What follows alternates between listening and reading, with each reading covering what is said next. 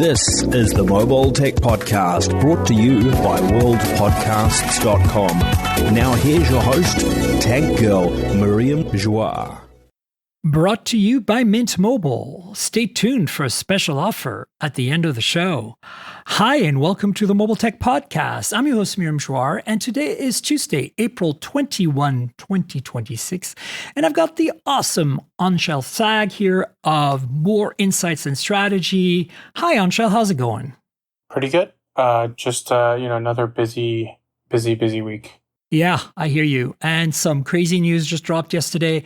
Folks, I'm recording a little early because I'm traveling for business. I'm in Las Vegas right now in a hotel room covering the Adobe Summit as well as NAB.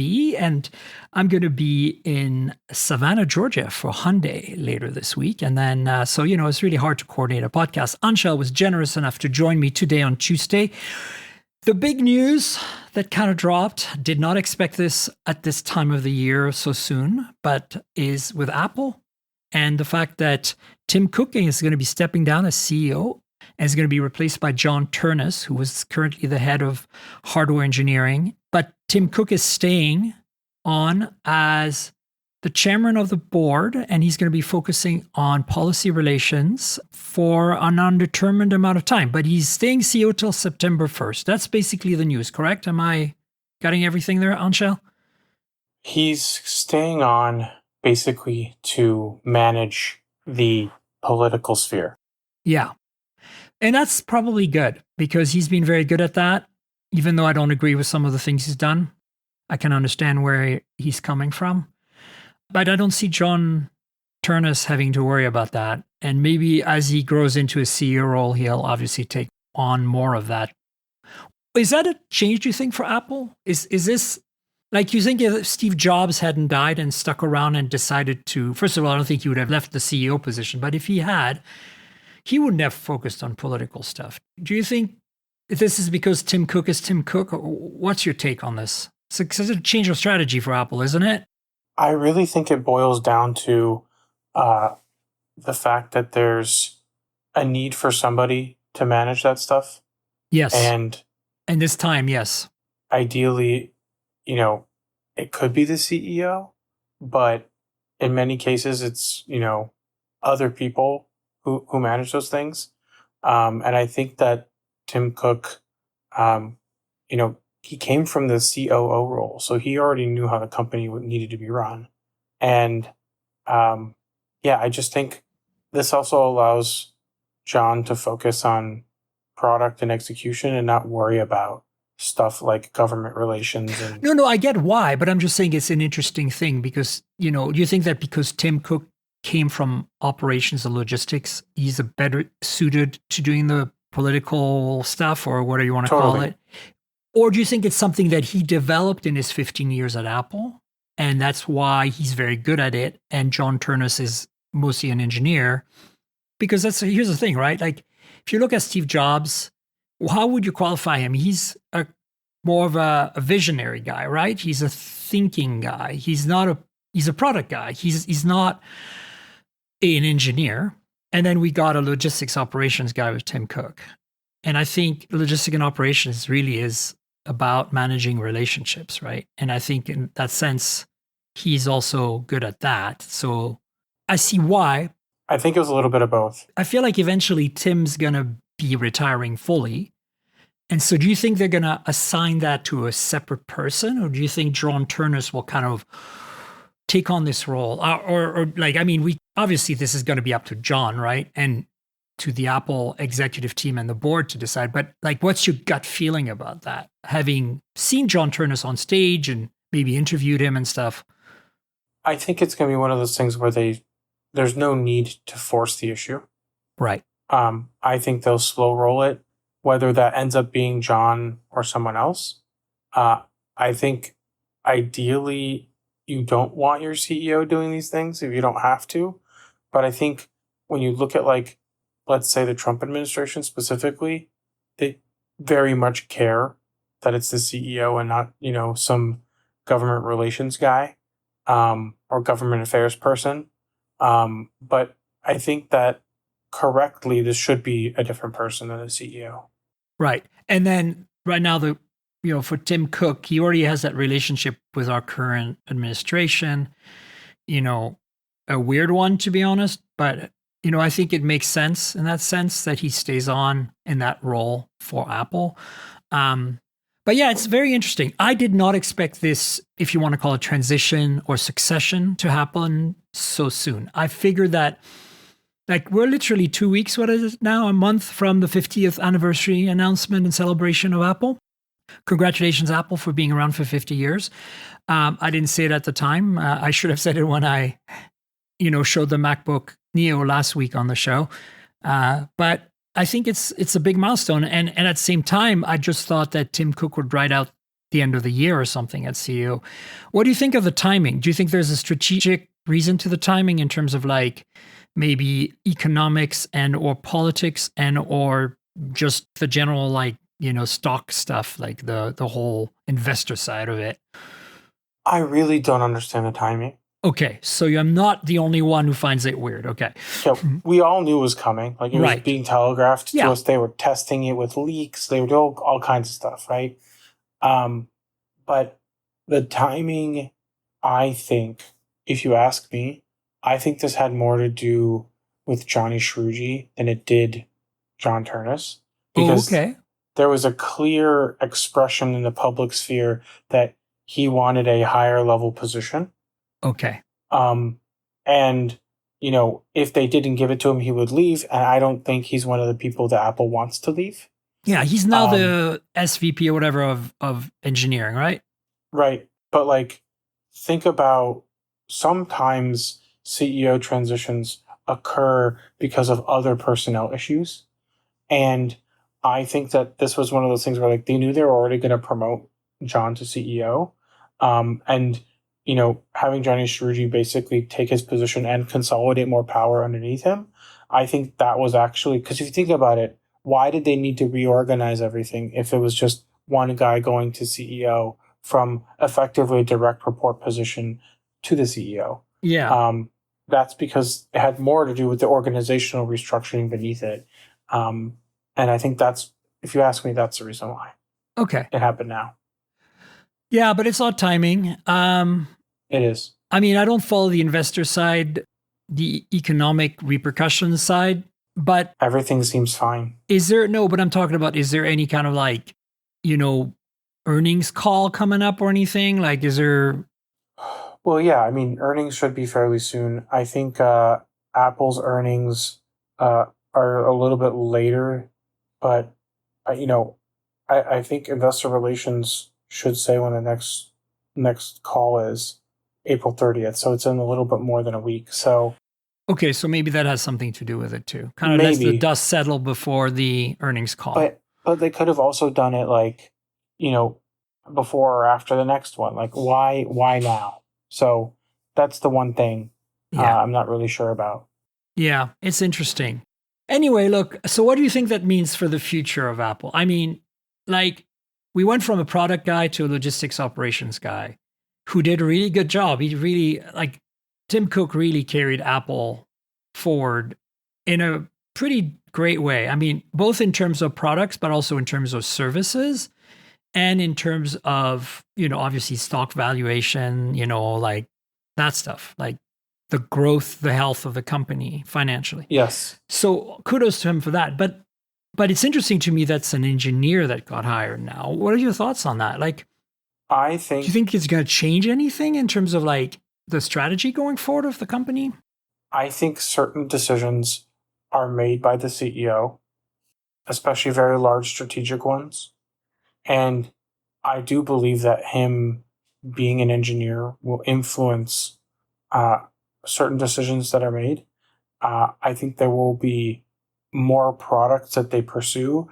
And I also think there'll be more products that they kill more quickly. Okay. Because I think, he's thinking about things from a product viability aspect as an engineer.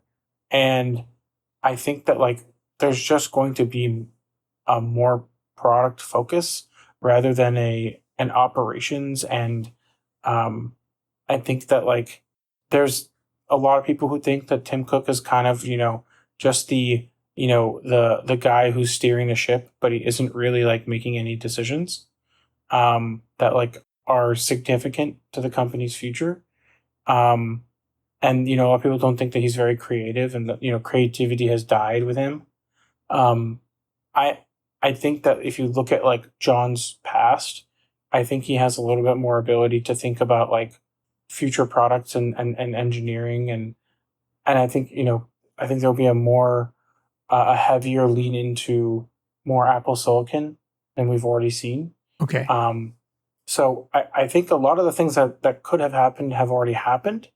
But I think we might see them be a little bit more aggressive in terms of like timelines and adopting new technologies. But also it seems like they'll still stick to stuff, the way Apple does things, because the culture's not really changing. I just think Right. the willingness to accept risk might be a little bit higher. Okay. And definitely more focus on product, you think, right? Yeah. And technology. I mean, look, I don't think Apple's done anything majorly wrong in the last few years. I feel like, they're not at the leading edge, but they've always kind of like adopted existing technologies and made them easier to use and potentially better. Like, this is arguable. But look, the reality is, video calling wasn't a thing until FaceTime, right? Like, that's just a fact, right? I mean, sure, there were other platforms that did it, Skype and Quick. WhatsApp and all these let you do video calls as well. I'm not denying any of that, but I think that in terms of, I'm not looking at this from a US or North American only perspective here. I'm really thinking global here. Nokia let you do 3G video calls on Symbian phones before the iPhone, for sure, but nobody used that. It was arcane. You needed a SIP server, and it was just a mess. And I think that Skype made that easier. But Skype was very PC focused, or rather computer, focused, not mobile focused. And so, that's just one example, them adopting 3G late and adopting, OIS and all these technologies that we saw on Android first, right? And still today, we're going to talk about a phone today that wipes the floor of Samsung and Apple in terms of imaging, right? Like, that's kind of a high bar, because I think the iPhone 17 Pro Max is a phenomenal phone and has really great cameras. But yeah, China is on a different level, and I'm kind of hoping that Apple, who never really chases anyone, continues doing its own thing, but chases maybe a little bit of some of these higher end technologies for some kind of like halo products, right? In the same way as, we do need a touchscreen MacBook with OLED displays, and that's rumored to be in the pipe, but it's still not quite here, as it were. So for me, the low points have been in this 15 years of Tim Cook have been mostly around that Mac slump we had for a little while, when Johnny Ive was going a little too crazy with thin and light, yet the technology couldn't sustain it, because Intel was the processor of choice, the only choice really they had at the time. So that whole period of the butterfly keyboard, slash super thin Intel with only 2 USB port MacBook Pro phase that they went through there, that has been remedied since the M chips. And I think Mac is on the right trajectory. They're doing a great job with it. The MacBook Neo being the latest game-changing product in terms of value, in my opinion. And then I think the iPhone has always been pretty solid. I do like the fact that this past year, like the 17 Pro and Pro Max really are proing hard. They're really like focusing on making a tool for pros. Yet, of course, the way the model works with Amazon, the carriers, Best Buy in the US, most people are going to end up with a Pro iPhone that they're not going to necessarily use to its full capacity, because it's really easy to upgrade and get deals and all that. And that's a nice little secondary thing for Apple. But I think the message I get, the marketing and the execution when I use the product, is really they're proing good, Like, finally, I feel like the Pro moniker matches the MacBook and the iPhones, particularly with this latest generation of iPhones. The MacBook Pros have been pretty pro since the M chips started. So, and then there's been a few misses here and there, like, the trash can Mac Pro, things like that. But in a way, I don't think they were necessarily misses. Like, I know they weren't successful and they had issues, but they were pretty innovative products in their own right. And then there's, the Apple Watch and there's the AirPods. I mean, I think the AirPods are not the best thing you can get in terms of earbuds, but they have definitely kind of created the standard that the whole world goes by. The reason we have such a, landscape of awesome wireless earbuds today is the credit is, Apple. Again, they didn't invent it. They existed before that, but they did it right. And then everybody else followed. So this is great. This is a really nice, little head nod to Apple for 50 years of great stuff, and hopefully more to come under John Turnus's, management. I want more products that are products, like look, the services, I hope they also continue on the services side. What do you think is going to happen there? Because Turnus is clearly smart enough to know that the services is the milk of their cow that makes all the money right now, right? The hardware is just kind of like, in a way, the icing on the milk cake. What do you think? I mean, there's no doubt that services has grown to be a serious business for them and a huge profit center. I just think that they've kind of reached capacity in a lot of ways of what they can milk out of their iPhone user base, because they're not getting that much growth out of the iPhone user base in terms of the actual number of phones. Right. So they obviously have to look for more ways to grow that. And I think really the biggest opportunity they have now is just, how do they integrate AI? Yeah, Apple Intelligence, the next chapter of Apple Intelligence. And how do they Siri make that work seamlessly across all the devices? Because Siri still sucks. And, we still haven't gotten, that Siri we were promised, from the day it was launched. So yeah, I've been an iPhone user basically since the beginning of Siri, and it has never really been satisfactory. And this is their opportunity to at least get somewhere close with Gemini. And we'll see. But it's going to be important. It's not right now, but Apple can only say that AI is not a thing for so long. True. Yeah. No, I think that's definitely the next big challenge in terms of services, because I see it as a service, across all their platforms. Whether it's Siri or Apple Intelligence or both, or whatever you want to call it, a collection of AI-based technologies that hopefully as intuitive and as, well thought out as the rest of the Apple services and software and hardware ecosystem. The reason I'm a big Apple fan in many ways, mostly a Mac fan, to be honest, is because the product, the hardware, the physical thing is always so impressive. It might not be the best technology, again, but it's very well put together. And the way the software and the services kind of work with the hardware, and the way Apple can integrate it all. The MacBook Neo is a prime example of that, as I mentioned last week's show. It's like the reason they can make something like this is because only Apple can, I think, realistically, because the chip is free, it's binned, it's left over, and it's powerful enough that you're going to get the level of performance you need. They already have the know-how, logistics, and operations to manufacture that kind of device with that quality of build-in materials. And then they have free OS, essentially, right? Like for a PC manufacturer, they need Intel or Qualcomm to give them a chip. And then they need to buy an OS from Microsoft, which is going to cost $50 a license or whatever the price is. And on top of that, needs a minimum of 16 gigs of RAM. And right now there's a RAM shortage. So, I think to me, this is like the perfect storm. And it's why you can buy this laptop for $599 or $499 on education. It's like insane. As I mentioned on the show last week, I really hope that the PC world can find a way to compete. And so it'll be interesting to see next month at Computex what happens, whenever it is, late May, early June. Well, I think we got some of that information from Intel last week with the Wildcat Lake launch, because that's going to be how any PC OEM even comes close to competing. Yeah.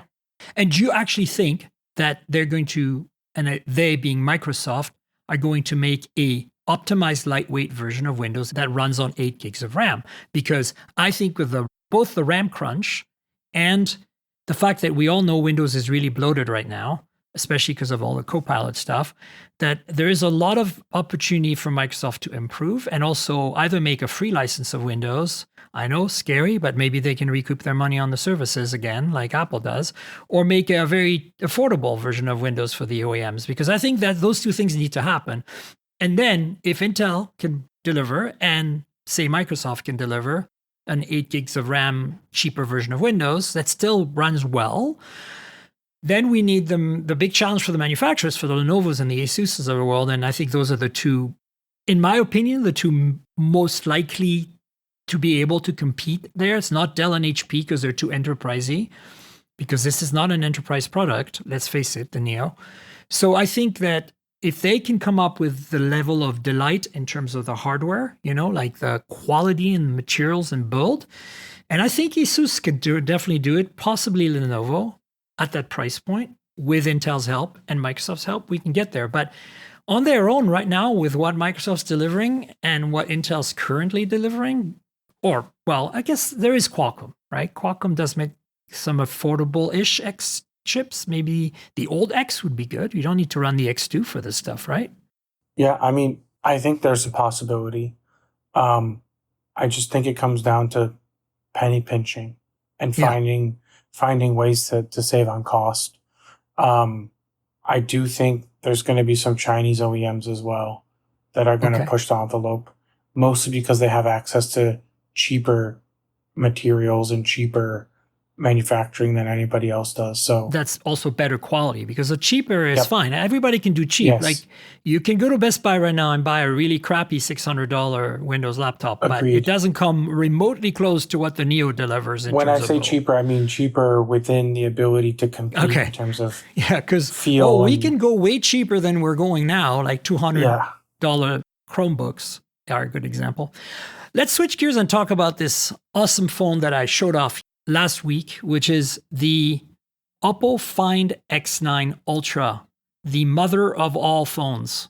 I wouldn't even just say camera phones, because it's going to be sold in the West in some markets. And it is a very well-spec'd flagship. And then we can have an entire 20-minute conversation about the cameras.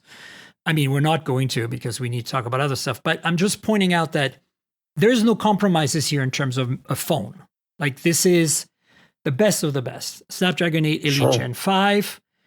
That's kind of been Huawei's MO, right? They put all of their investment in the camera and then other things falter. 100%. So this is no compromise. I'm going to read some specs to you on this phone. So it's a Quad HD display, 144 hertz. It is 6.82 inches, LTPO, of course. It's not the brightest screen, 1800 nits peak. We've seen better, but it's fine. As I said, 8 Elite Gen 5. We have 12 gigs or 16 gigs of RAM, 256, 512, and 1 terabyte of storage, UFS 4.1, LPDDR5X, the usual stuff that you'd expect on flagship. That's, again, no compromises here. Good stuff. And we have a silicon carbon battery in here. It is a 7,050 milliamp hour battery. It charges at 100 watt wired, 50 watt wireless. That requires a proprietary chargers, but you can charge at 55 watt PPS with a standard PPS charger, which all latest Oppo phones are supporting, in addition to their high-speed charging. And 55 watt PPS is pretty damn solid. And finally, stereo speakers, you get all the usual sensors, Wi-Fi 7, blah, blah, blah. This thing is solid. This is what the screen looks like in a relatively dark hotel room right now. It's a beautiful phone and display. The front-facing camera is fine. I think it's like a 32 megapixel or something. 50, actually. It has phase detect autofocus on the front camera, which isn't so bad. Anyway, but this is a camera phone, right? This is a flagship that also happens to be pushing the envelope in terms of imaging. And this brings me back to what I was saying earlier this year, with the S26 Ultra, which I feel is only Ultra by name and by price.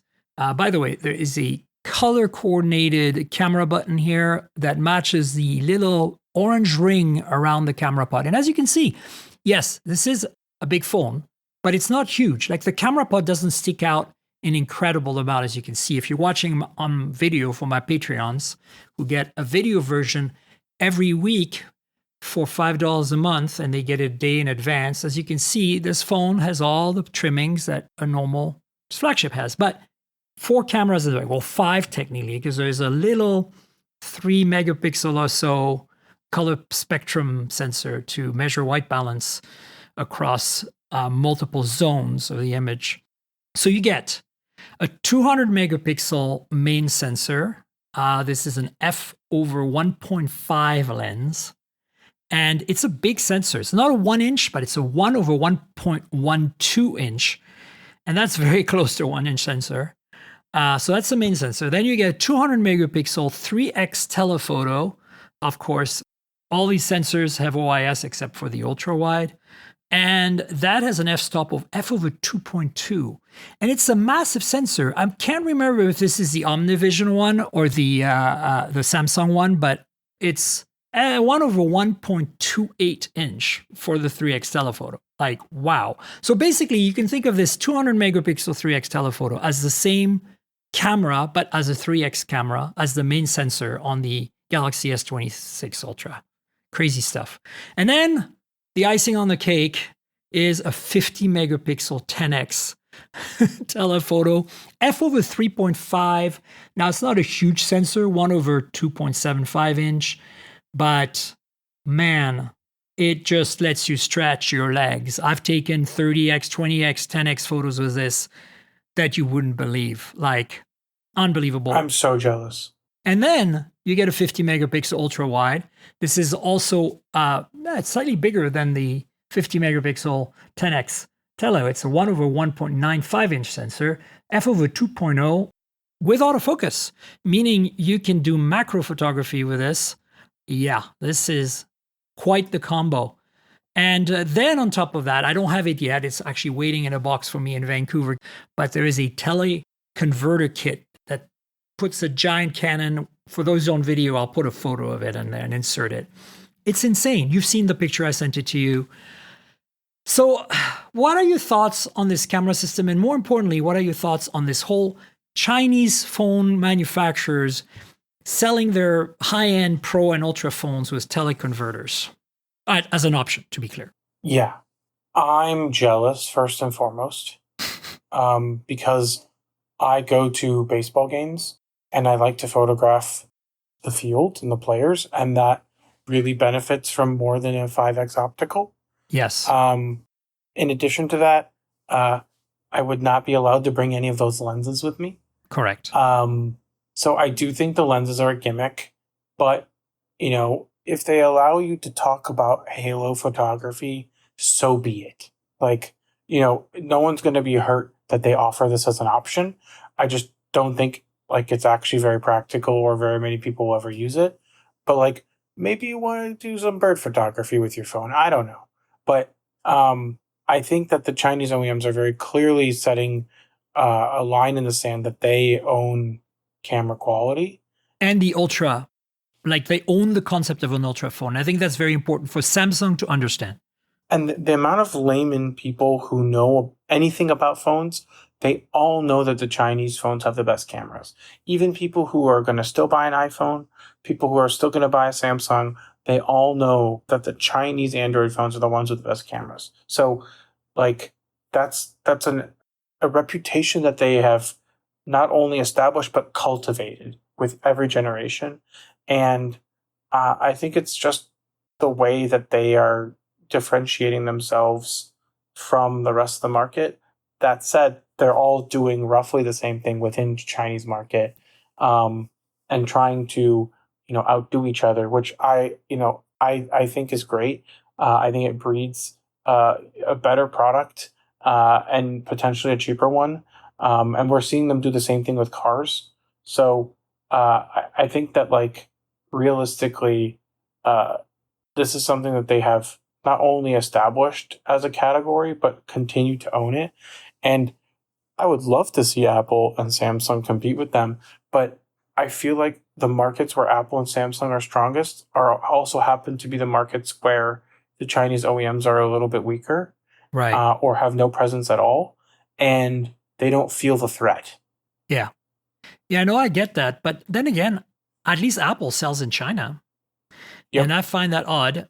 And their sales are all over the place, right? Yeah, Like, you know, for sure. every quarter they like, depending on their sales in China, their position on the global market changes by like 2 or 3 positions. Yeah, for sure.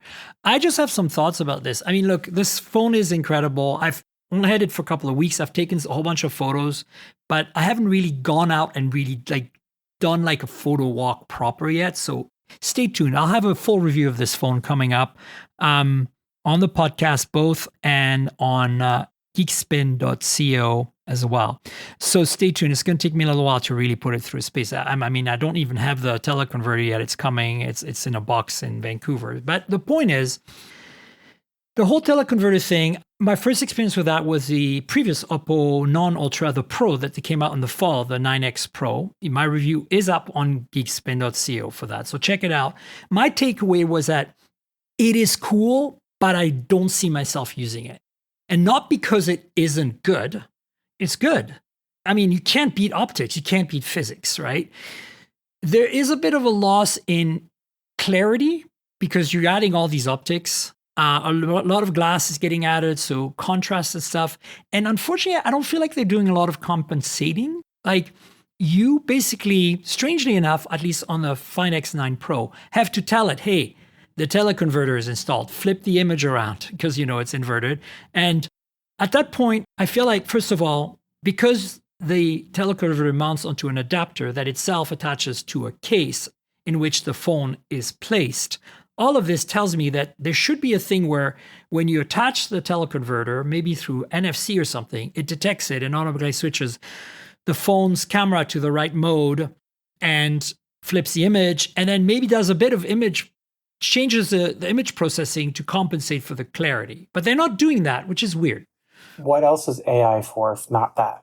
Right. And then so they have a mode you have to manually select. But even when you select this manual mode, you can tell there's a difference in exposure and color quality coming out of these images because they're not compensating for the extra glass in some weird way.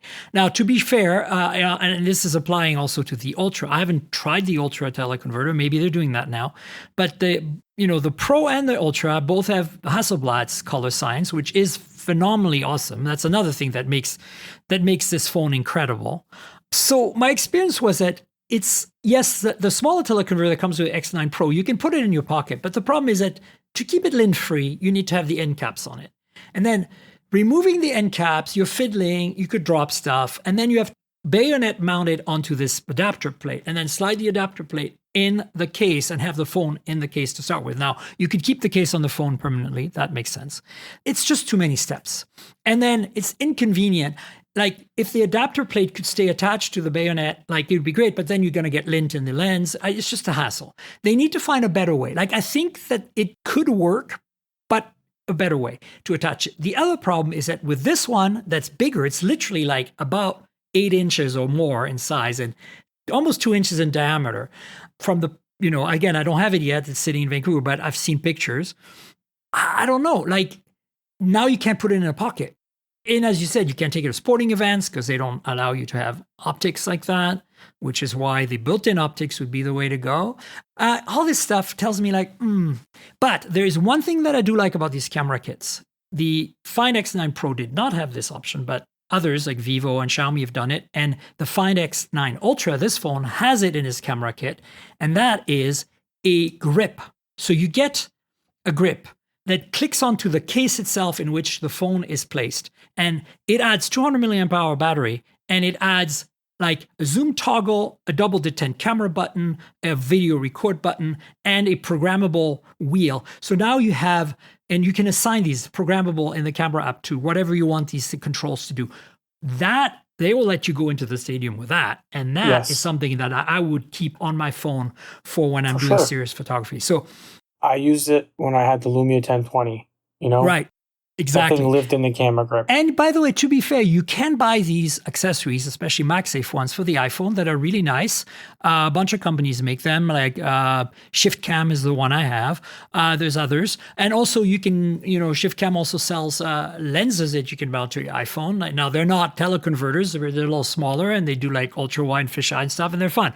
All this is great, but I do still feel that what's built into the phone should be what's built into the phone, and maybe grab the grip with you when you're going to get serious about things, because that doesn't take a lot of space and adds battery, and it gives you manual controls, which for those of us who are, camera nerds, is a nice thing to have. But the teleconverter, again, if you're going to go bird photography for the day or something, I can see that, Intentional.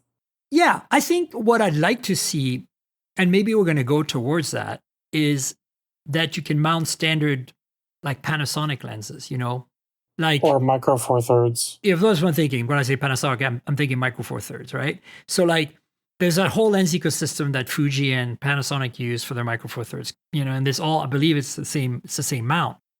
If there's a way to make a mountain plate where you could put any of those lenses on, of course you wouldn't necessarily get the same result optically because the sensor is smaller in the phone, but I still think that they could do something there and maybe even have the autofocus and the stabilization of the lens work somehow. Like that would be the holy grail, because that opens up a whole ecosystem where you can actually say, okay, I'm going to go for a photo walk intentionally and take a few lenses with me and do some cool stuff.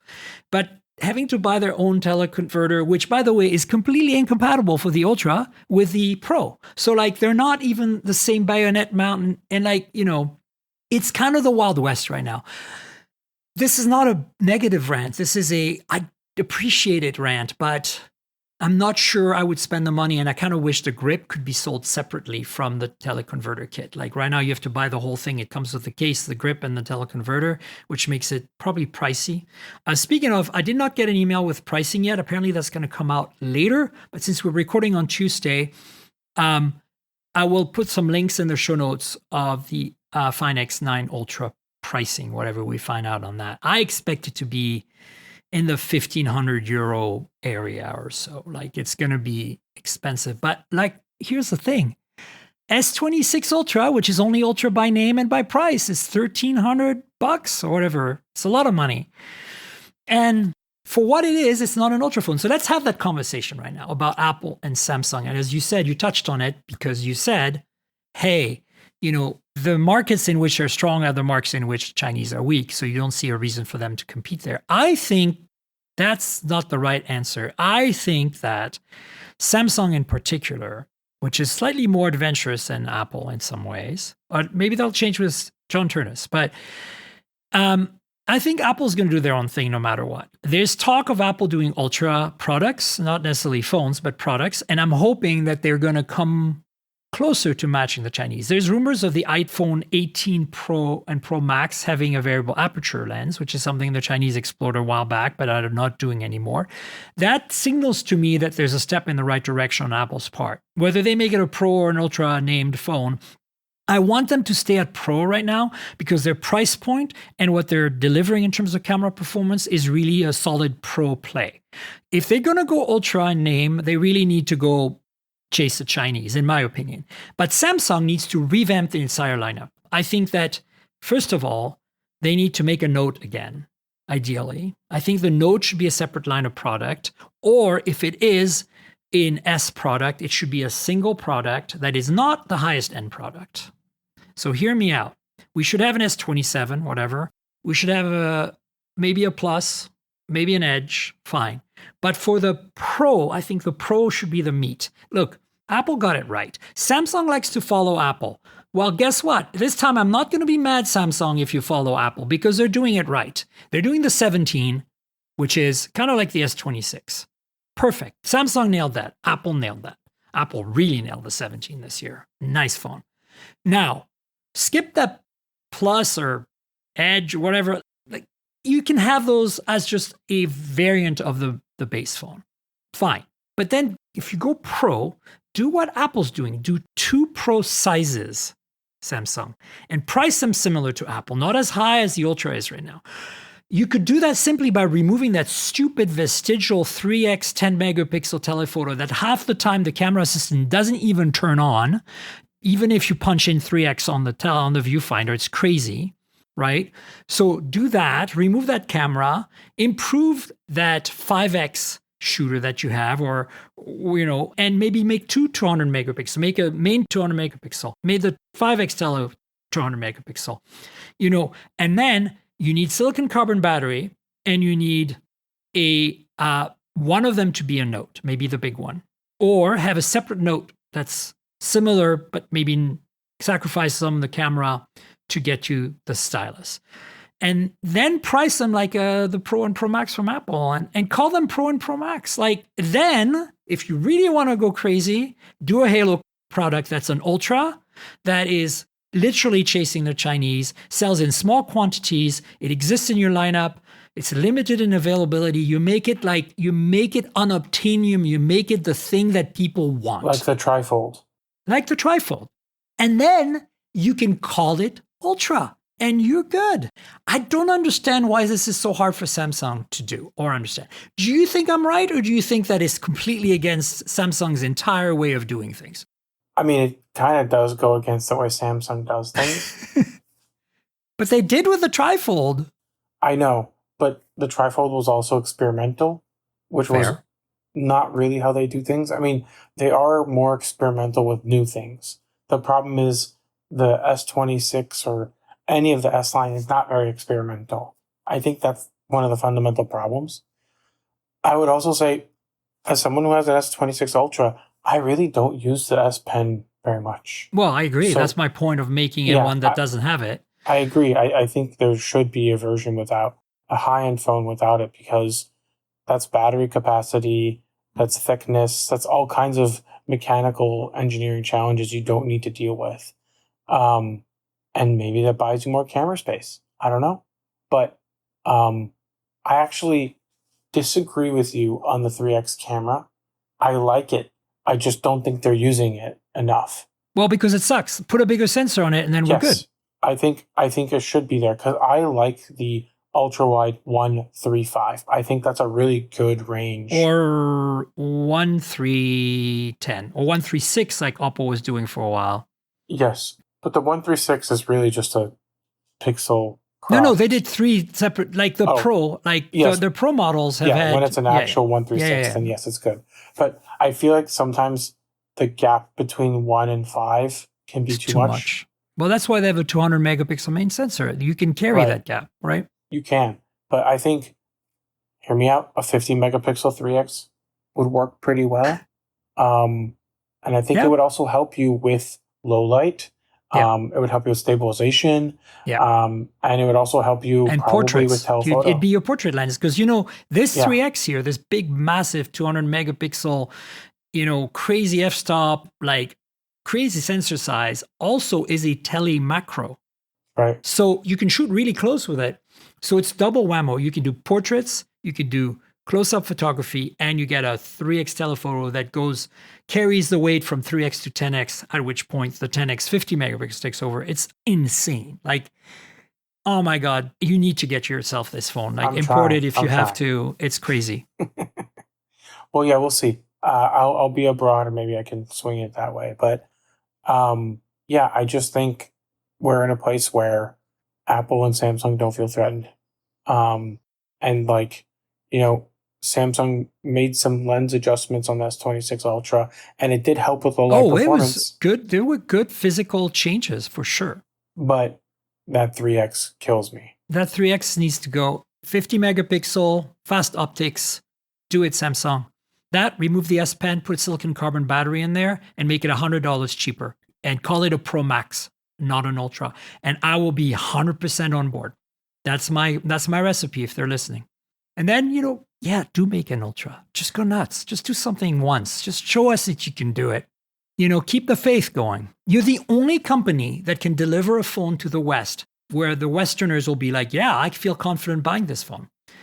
That's the problem. Even those markets where Oppo and Xiaomi and Vivo are sold that are outside of China, even in those markets, you're not getting as much confidence because, those of us who know, like I'm one of them, you're one of them. But for a lot of people, it's a bit of a stretch to leave Apple or Samsung and go to a Chinese phone. Even, if it's a great phone like this X9, Ultra from Oppo. And so if Samsung had an option there, even if it was a limited availability, I think it would just prove that you can do it, Samsung. Just like, you got to stay on top because Apple might not do it. And because Apple's going to run their own thing. Always. But Samsung, you have the opportunity to you're the Android brand of choice for most of the West. Like, maybe John wants to build an Ultra. oh, if he wants to, I mean, there are rumors of Ultra devices coming. I'm on board 100%. Let's do it. I mean, they did an Ultra watch. Yeah, for sure. They did. That was the first Ultra product. Speaking of Note, I have a phone in my hands that costs $500. It's $100 more than last year's, but it is the Moto G Stylus in this beautiful pink purple color. And it has, for the first time ever, an active stylus. This has some contacts at the end, as you can see. And those contacts charge the active stylus in the silo, and it no longer has that capacitive nubbin at the end like it used to. Because in the past, the G Stylus was $400, and it had, a capacitive passive stylus. And this one has a, nice active stylus for it. Now it's $500. So the $100 more, but inflation, RAM, whatever you want to call it. But I still think it's very competitive. And let me read you some specs so you understand what I'm talking about. While I read those specs, I'm going to show you the phone. So it has a beautiful OLED. It's had an OLED in the past, but this is a nicer OLED than before. 6.7 inches. It's a 1.5K display. It's LTPS. 5,000 nits brightness, so it gets really nice and bright. The one weak spot here is the Snapdragon 6 Gen 3. That is not the best chip in the world, obviously. But as you can see, a beautiful bright display. Plastic frame though, but decent cameras. Is a 150 megapixel here, a main f/1.8, your standard generic OIS sensor, nothing too crazy. And then a 13 megapixel ultra wide. The ultra wide does have phase detect autofocus, meaning that it can do macro photography, which is cool. The main sensor is not too bad. It's 1/1.56 inches, f/1.8, not too bad. 32 megapixel selfie camera. And then in terms of storage and RAM, you're getting 128 8 gigs or 256 8 gigs. And headphone jack? Yeah, look at that. And micro SD. So you have storage options. You don't see that very often in a phone anymore. So here's the thing. Like if you're in North America and you need to buy a phone through a carrier or something, or through Best Buy or Amazon, you have basically three choices at $500. You can get a Pixel 10a, or if you don't want to go cheaper, go a 9a. Last year, it's pretty much the same. You lose satellite connectivity with a 9a, but it's cheaper and it's on sale all the time. So I'd do that. But if you want the 10a, you can get the 10a, which is a great phone. Or you can get the Nothing Phone 4a Pro, which is going to be a little better overall, but probably not quite as well sorted in terms of imaging. And then if you are more of a productivity person and you want a stylus, you get the Moto G Stylus 2026, because now it has a passive stylus. There's a whole bunch of extra features. And more importantly, it's got a pretty solid base camera and display and all that. The weak spot is the processor. It's not terrible, right? But I would have liked to see maybe a MediaTek Dimensity 7000 series in there, or, Snapdragon 7 Gen 3, even if it's not the latest Gen 4. Like that would have cinched the deal for $500. So overall, I'm pretty happy. You get the nice Moto software too, which is really nice. And they did a good job. That's kind of all I want to say. What are your thoughts on this? I think on the processor, Motorola has a tendency to kind of put a chip in there that's maybe one rung below what you would have liked, probably for margin reasons. Yeah.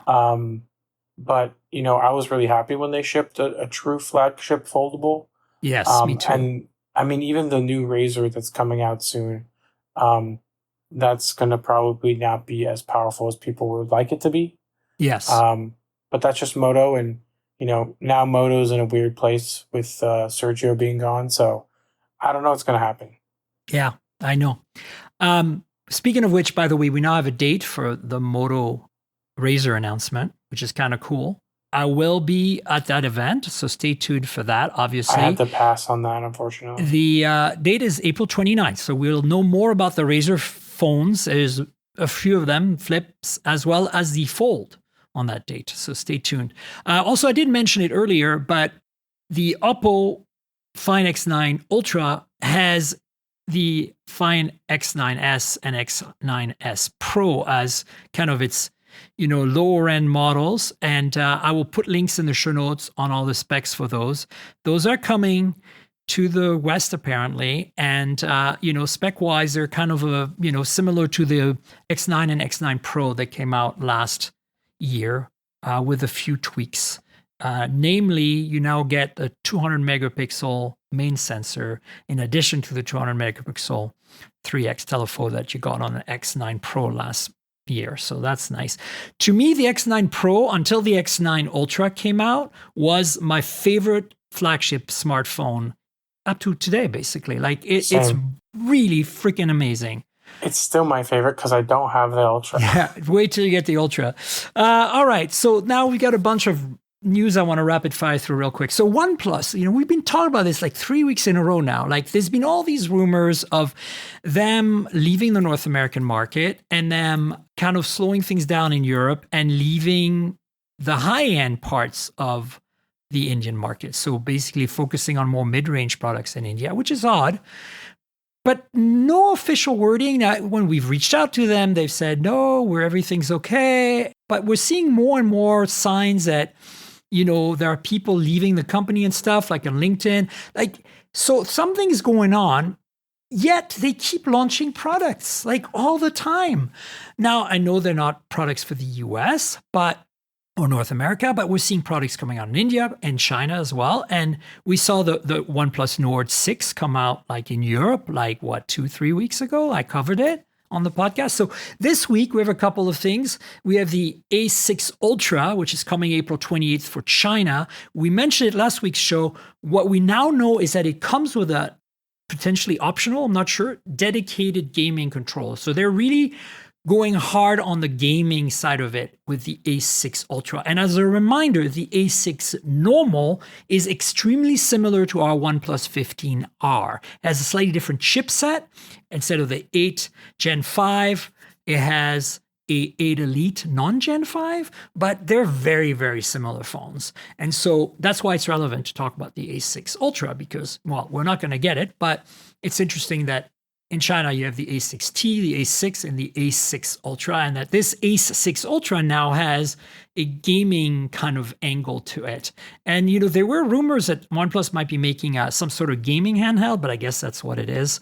And then, of course, there's a tablet, the OnePlus Pad 4. I reviewed the Pad 3 last year, hothardware.com. Go check it out. Phenomenal tablet for the money. If Android tablets are even relevant, I don't know. Some people love them. I think they're nice for content consumption, that's for sure. But the Pad 3 was great. This Pad 4 has an 8 Elite Gen 5 and it's coming to India. So that sounds like a flagship tablet to me, which is strange if they're going to go mid-range. So anyway, all this to say they're still okay. They're still making products. But I want to hear from you, Anshel, what you think as an analyst about what these rumors have meant. I feel like they're going to fizzle out of the US market. They're not going to announce it. It's just going to be like, no, this phone is not available. No, this phone is not available. And then eventually we'll just not get any phones anymore. And they're going to continue supporting and, selling the leftover stock they have and all that other stuff. But what's the take on India? What's the take on Europe? And in general, where do you think they're at? Do you think this is a result of our regime and our current economic climate and all that and the RAM prices? Or do you think it's like cautiously worried about being a Chinese company with some sway in the US? I think it's a little bit of everything. Yeah. I also think that politically, Oppo wants to be the flagship brand. Well, that's true. I don't think they want to be upstaged by OnePlus. And there was a time when that was possible. I think the OnePlus Open maybe outshined. But it was available as an Oppo. It was exactly the same as the Find N3. I know, but what I'm saying is I think it outshone that Find N3 to the point where... In terms of media coverage, at least, yep, yeah, for sure. Yep. And I think that may have soured some people at Oppo who... AKA Pete Lau. So let's be real. I think that's just the reality of it. Yeah. So I think Oppo is going to continue to be the flagship brand. I think OnePlus is going to definitely pull back even more than they have. To your point, quietly and incrementally. They're just, they're not really doing anything in the U.S. market anyways. Their volume is really in India and China anyways. And in China, they have such brutal competition And it's not like India is easy either. So I just think that the OnePlus brand is kind of on unstable ground. Life support, And maybe? yeah, and I just think that, like, to your point, they are shipping products, but like, how similar are those to what The Oppo is Oppo, shipping? yeah. Yeah. So, Oppo is ultimately going to be the one who makes the decision here. And, we wouldn't be talking about OnePlus going away if it didn't seem credible. Yeah, for So sure. I think there's a lot of credibility to the rumors. They've obviously shot them down, but we've had many companies shoot down rumors before, and then a week later, the announcement comes through. Of course, So yeah. even And Tim yeah. Cook with the Apple thing, where he was talking about there's no CEO transition happening. Like, what was that, a week or two ago? Yeah, it was 2 And weeks ago or something. yeah, and now we get a new CEO. So, I take it with a grain of salt that they're denying it, but the market and the products are really demonstrating that you know, they're on the downswing in terms of actually moving product. I will also say it was very interesting that the OnePlus 15 effectively could have had the same battery size as the Find X9 Pro, but Yeah. it didn't by just a little bit. Yeah. And that felt very intentional as well. So And the lack of Hasselblad, them dropping the Hasselblad yes, partnership. exactly. Yeah. So it's like there's very clear signals that they're sending. And I think that's what a lot of people are latching onto. Yeah, for sure. And I think it's disappointing because, as you said, the OnePlus Open really stole the show. And then the OnePlus 12, kind of, also nailed it. And then the OnePlus 13 was, I think, the best phone they ever made. Mm-hmm. But it was still I had the Oppo Find X8 Pro at the same time. It was still a better phone. I really don't think that OnePlus was stepping on Oppo's toes here. Maybe with the N3, aka OnePlus Open, I could see that because they're identical. But I feel like there was room, at least at the time, in the current political climate and economical climate of that time, 2 years ago. I know it's not that long ago.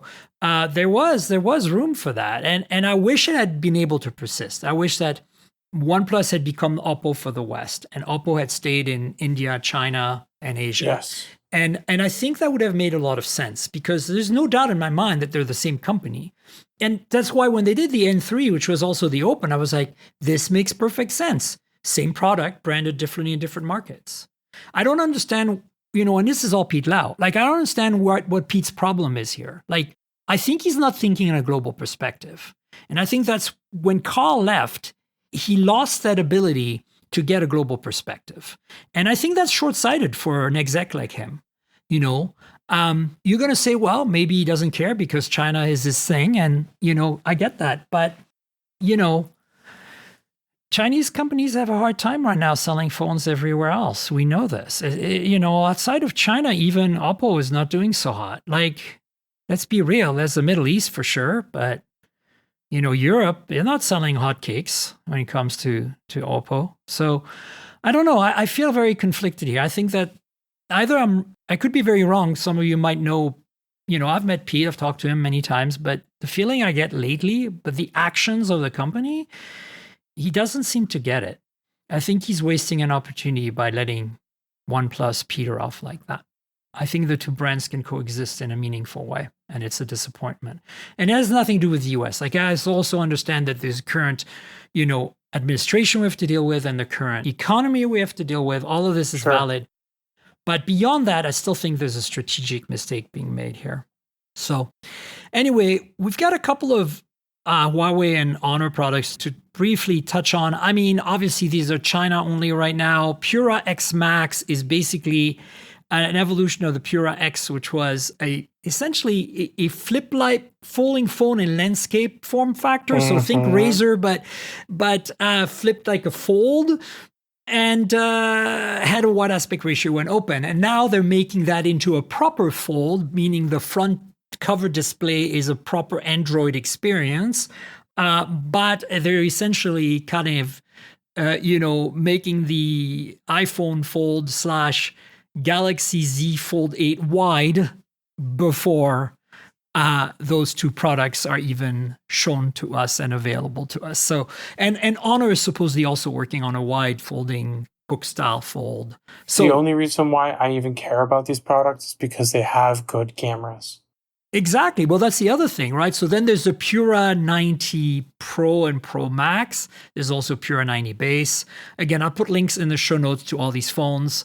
This is the thing about Huawei is that they might be hamstrung by having 7 nanometer Kirin chips, but man, they are delivering on some crazy, insanely cool hardware still.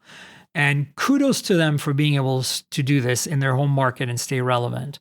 So yeah, Pura X looks really, really cool. It's the wide folding phone you've been waiting for. And that is fascinating to me. But the Pura 90 series, man, it's still doing that crazy 200 megapixel telephoto, with a 4x optical zoom that it did last year. I think it swapped. Does it still do the lens swap that it did on the Pura 80 last year? Do you remember that?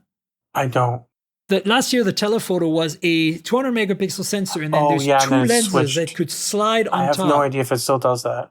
That seems very complicated to manufacture. Well, but that's what Huawei would do, Yes. So, basically, yeah, it's kind of crazy. And they're still the only company in the world using RYYB sensors for better low light performance. So variable aperture on the main sensor. Wow. Crazy. And I don't know what the deal is, that crazy telephoto. So it's 200 megapixel 4x telephoto. So yeah, I'll cover it a little more on next time's podcast because I need to. These just came out and I haven't had a chance to look at them. But look, Huawei killing it still. I love that. And then there's Honor. So the Honor 600 is coming, but somehow the specs are out. Like it's kind of weird because there's an embargo. And but the specs are official now, and so the Honor 600 is kind of the new mid-range from Honor. And as you see from a design, it looks very much like an iPhone Pro, Pro Max, especially the color and stuff. But I'm going to be getting supposedly I'm getting a 600 non-Pro, so I'll stay tuned for that, folks. But basically, I'll put the link in the show notes to the specs. You can check it out. Looks like a pretty solid phone. It's coming to the West, so yeah, I think that. Other than the copycat Apple thing, whatever, that's Honor's game. It's always been Honor's game. The thing that surprised me the most about Honor this week, though, is that they had a robot winning a half marathon, and not just winning it, but actually beating the world record of a human runner. I saw that. What's your take on that? Like, I knew they were making a robot because they showed it and announced it at MWC, but I didn't realize that they were so far into it. I think this is a good way for them to show where they're at as a company. Yeah. And that they're serious about robots. I think that's because I think the robot phone was a little gimmicky for a lot of people. I mean, it's cute. Right? But people didn't really take them seriously in robotics when they talked about robots and the robot phone. So I think this is kind of helping people refocus that they are one of many, many Chinese technology companies that have humanoid robots. Indeed.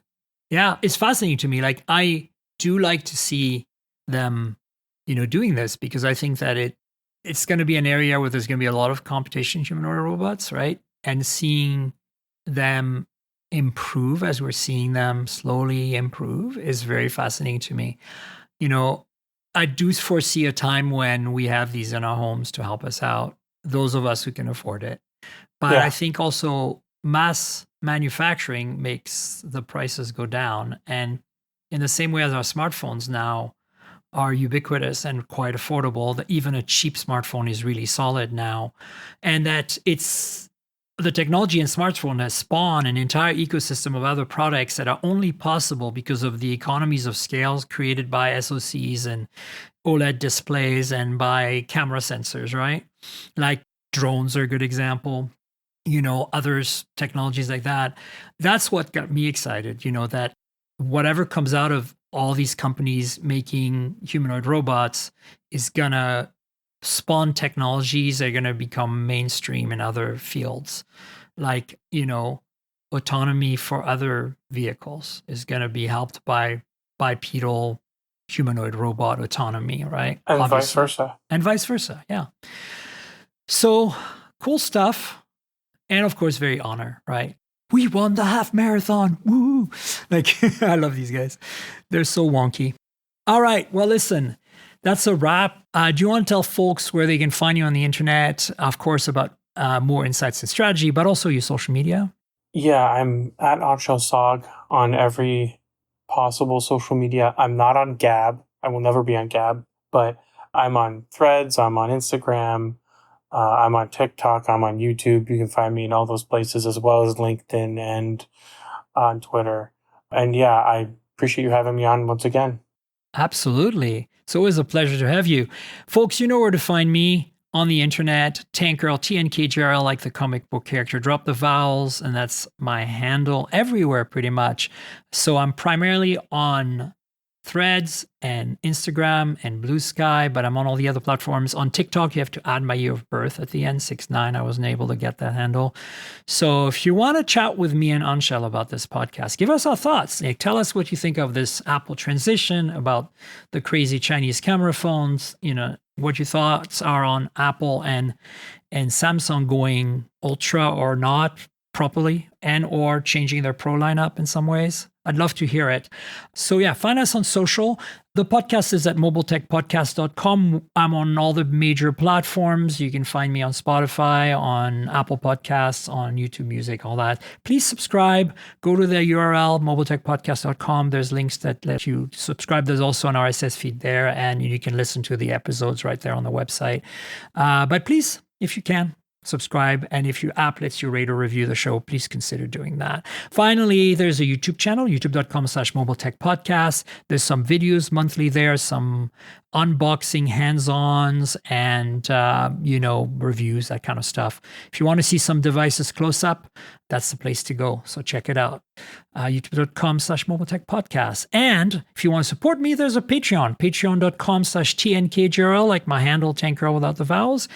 The trick is that you can get a video version of this podcast where you can see me brandishing the Oppo Find X9 Ultra and the beautiful Moto pink phone, the G Stylus that I showed earlier. For $5 a month every week, you get a video a day in advance. So please considering helping me with that by supporting me on Patreon. You also get extra content. Usually we run late or longer, and I cut some of that stuff out for the audio. You get that on the video. You also get bloopers, like the FedEx guy showing up with packages and fun stuff like that. So consider supporting me through Patreon, patreon.com/TNKGRL. And now I'd like to thank our sponsor, Mint Mobile. You know I review a lot of phones, so I'm constantly juggling multiple devices. While that's fun, it also means I'm spending a lot of money for wireless service on multiple SIMs. Thankfully, there's Mint Mobile, and that's who I'm teaming up with for today's podcast. If you want to save money on your wireless service, switch to Mint Mobile. You've probably seen the Mint Mobile ads featuring Ryan Reynolds, but let me quickly tell you how fantastic their service is, especially for tech-savvy early adopters like us. Mint Mobile offers premium wireless for as low as $15 a month, and you don't have to sacrifice any coverage, speed, or data. They're built on the nation's largest 5G network. They keep costs low because they sell direct to you online. They cut out the retail stores and salespeople. Why should you pay more than you have to for access to the same network? In my experience testing phones, Mint Mobile delivers the same data speeds and call quality as the big three for a fraction of the cost. Switching to Mint is super easy. Thanks to their eSIMs, you can sign up and activate immediately right on your phone from the comfort of your home. No more standing around waiting in line at a big wireless store. You can keep your current devices and phone number and easily switch services. And if your phone isn't eSIM compatible, Mint will ship you a new SIM card free of charge. The whole process only takes 15 minutes, and if you get stuck, Mint has a great customer service team to get you through it. All Mint Mobile plans include unlimited nationwide talk and text, plus lightning-fast 5G and free mobile hotspot. Mint will show you how much data you use each month and recommend plans that save you money. Mint also offers a modern family plan that lets you set up a super affordable family plan with as little as 2 lines. Use my link, mintmobile.com/mobiletech, to get premium wireless starting at $15 a month. Stop paying more than you need on your wireless bill and start saving big with Mint Mobile. And Anshel, thanks again for joining me. I appreciate it. I know you're busy. It's a busy week this week for all of us, but good stuff. And of course, I'll have you on the show again in the future. And folks, will have a show next week, so stay tuned for that. Until then, cheers, everybody. This has been the Mobile Tech Podcast with Tank Girl, proudly presented by worldpodcasts.com. You can visit us online at mobiletechpodcast.com.